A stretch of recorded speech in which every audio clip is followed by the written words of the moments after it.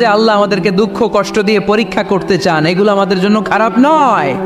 এই দুঃখ কষ্ট বিপদ আমাদের কোমরকে সোজা করে, আমাদের পায়ের মাটিকে শক্ত করে, চিল্লায় বলেন ঠিক কিনা? প্রতিকূল পরিবেশে কিভাবে বাঁচতে হয় এই দুঃখ কষ্ট আমাদেরকে শিখায়। এজন্য মুমিন বান্দার বৈশিষ্ট্য হচ্ছে দুঃখ কষ্ট বেদনা জ্বালা এগুলোতে সে আপসেট হয় না, সে হাল ছেড়ে দেয় না, সে ভরসা রাখে একজনের উপর, চিল্লায় বলতে হবে তিনি কে? কারণ মুমিন জানে রাত্রি যত গভীর হয় অন্ধকার তমানিসা ভেদ করে সুবহে সাদিক হয়।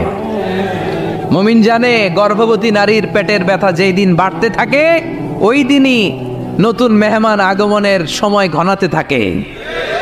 মুমিন জানে তার জীবনে দুঃখ কষ্ট বিপদ যত বাড়তে থাকে সুখের দিন কাছে আসতে থাকে। এজন্য মুমিনের হারাবার কিছু নেই। ফা ইন্না মাআল উসরি ইউসরা, ইন্না মাআল উসরি ইউসরা। নবী